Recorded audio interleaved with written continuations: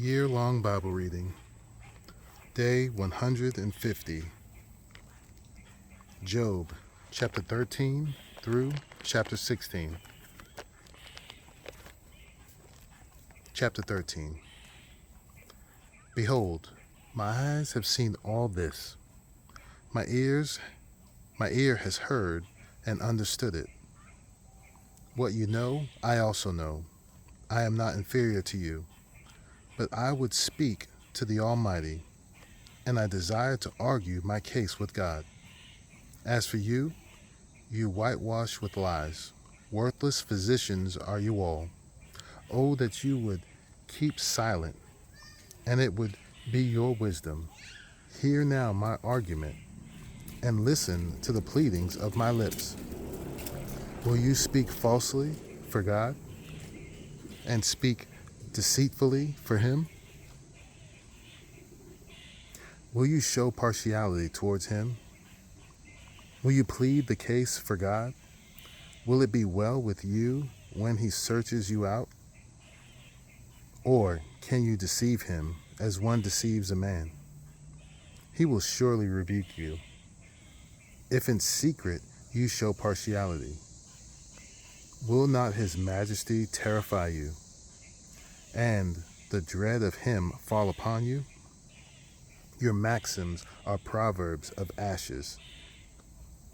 Your defenses are defenses of clay. Let me have silence, and I will speak, and let come on me what may. Why should I take my flesh in my teeth, and put my life in my hands? Though he slay me, I will hope in him, yet I will argue my way to his face. This will be my salvation, that the godless shall not come before him. Keep listening to my words, and let my declaration be in your ears. Behold, I have prepared my case. I know that I shall be in the right. Who is there who will contend with me? For then I would be silent and die. Only grant me two things. Then I will not hide myself from your face. Withdraw your hand far from me, and let not dread of you terrify me. Then call, and I will answer. Or let me speak, and you reply to me. How many are my iniquities and my sins? Make me know my transgression and my sin. Why do you hide your face and count me as your enemy? Will you frighten a driven leaf and pursue dry chaff? For you write bitter things against me, and make me inherit the iniquities of my youth. You put my feet in the stocks, and watch all my paths. You set a limit for the soles of my feet. Man wastes away like a rotting thing, like a garment that is moth-eaten. Chapter 14. Man who is born of a woman is few of days and full of trouble. He comes out like a flower and withers. He flees like a shadow and continues not. And do you open your eyes on such a one and bring me into judgment with you? Who can bring a clean thing out of an unclean? There is not one. Since his days are determined, and the number of his months is with you, and you have appointed his limits that he cannot pass. Look away from him and leave him alone, that he may enjoy like a hired hand his day. For there is hope for a tree, if it be cut down, that it will sprout again, and that its shoots will not cease. Though its root grow old in the earth, and its stump die in the soil, yet at the scent of water it will bud, and put out branches like a young plant. But a man dies and is laid low. Many man breathes his last, and where is he? As waters fail from a lake, and a river wastes away and dries up, so a man lies down and rises not again. Till the heavens are no more, he will not awake, or be roused out of his sleep. Oh, that you would hide me in Sheol, that you would conceal me until your wrath be past, that you would appoint me a set time and remember me. If a man dies, shall he live again? All the days of my service I would wait, till my renewal should come. You would call, and I would answer you. You would long for the work of your hands, for then you would number my steps. You would not keep watch over my sin. My transgression would be sealed up in a bag, and you would cover over my iniquity. But the mountain falls and crumbles away, and the rock is removed from its place. The waters wear away the stones, the torrents wash away the soil of the earth. So you destroy the hope of man. You prevail forever against him, and he passes. You change his countenance and send him away. His sons come to honor, and he does not know it. They are brought low, and he perceives it not. He feels only the pain of his own body, and he mourns only for himself. Chapter 15. Then Eliphaz the Temanite answered and said, Should a wise man answer with windy knowledge, and fill his belly with the east wind? Should he argue in unprofitable talk, or in words with which he can do no good? But you are doing away with the fear of God, and hindering meditation before God. For your iniquity teaches your mouth, and you choose the tongue of the crafty. Your own mouth condemns you, and not I. Your own lips testify against you. Are you the first man who was born? Or were you brought forth before the hills? Have you listened in the counsel of God? And do you limit wisdom to yourself? What do you know that we do not know? What do you understand that is not clear to us? Both the gray-haired and the aged are among us, older than your father. Are the comforts of God too small for you, or the word that deals gently with you? Why does your heart carry you away? And why do your eyes flash?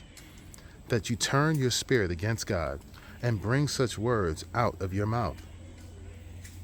What is man that he can be pure?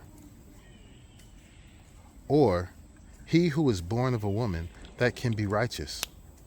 Behold, God puts no trust in his holy ones, and the heavens are not pure in his sight.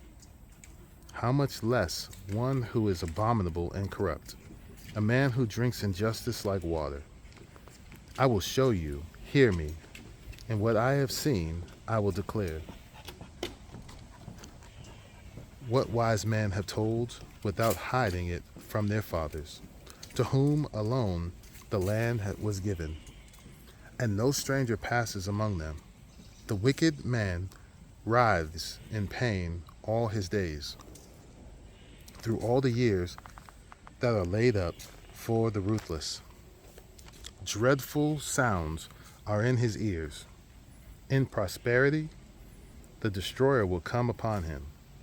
He does not believe that he will return out of darkness, and he is marked for the sword. He wanders abroad for bread, saying, Where is it? He knows that a day of darkness is ready at his hand. Distress and anguish terrify him. They prevail against him like a king ready for battle, because he has stretched out his hand against God and defies the Almighty, running stubbornly against him with a thickly bossed shield, because he has covered his face with his fat and gathered fat upon his waist, and has lived in desolate cities, in houses that none should inhabit, which were ready to become heaps of ruins. He will not be rich, and his wealth will not endure, nor will his possessions spread over the earth. He will not depart from darkness. The flame will dry up his shoots, and by the breath of his mouth he will depart. Let him not trust in emptiness, deceiving himself, for emptiness will be his payment. It will be paid in full before his time, and his branch will not be green. He will shake off his unripe grape like the vine, and cast off his blossom like the olive tree. For the company of the godless is barren, and fire consumes the tents of bribery. They conceive trouble and give birth to evil, and their womb prepares deceit. Chapter 16. Then Job answered and said, I have heard many such things. Miserable comforts are you all.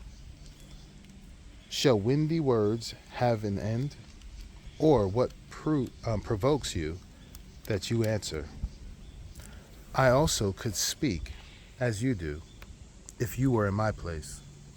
I could join words together against you and shake my head at you. I could strengthen you with my mouth, and the solace of my lips would assuage your pain. If I speak, my pain is not assuaged. And if I forbear, how much of it leaves me? Surely, now God has worn me out. He has made desolate all my company, and he has shriveled me up, which is a witness against me. And my leanness has risen up against me. It testifies to my face. He has torn me in his wrath and hated me. He has gnashed his teeth at me. My adversary sharpens his eyes against me. Men have gaped at me with their mouth. They have struck me insolently on the cheek. They mass themselves together against me. God gives me up to the ungodly and casts me into the hands of the wicked. I was at ease, and he broke me apart. He seized me by the neck and dashed me to pieces. He set me up as his target. His archers surround me. He slashes open my kidneys and does not spare. He pours out my gall on the ground. He breaks me with breach upon breach. He runs upon me like a warrior. I have sewed sackcloth upon my skin and have laid my strength in the dust. My face is red with weeping, and on my eyelids is deep darkness.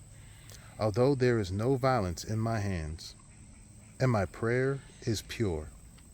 O earth, cover not my blood, and let my cry find no resting place. Even now, behold, my witness is in heaven, and he who testifies for me is on high. My friends scorn me. My eyes pour out tears to God, that he would argue the case of a man with God, as a son of man does with his neighbor. For when a few years have come, I shall go the way of which I shall not return.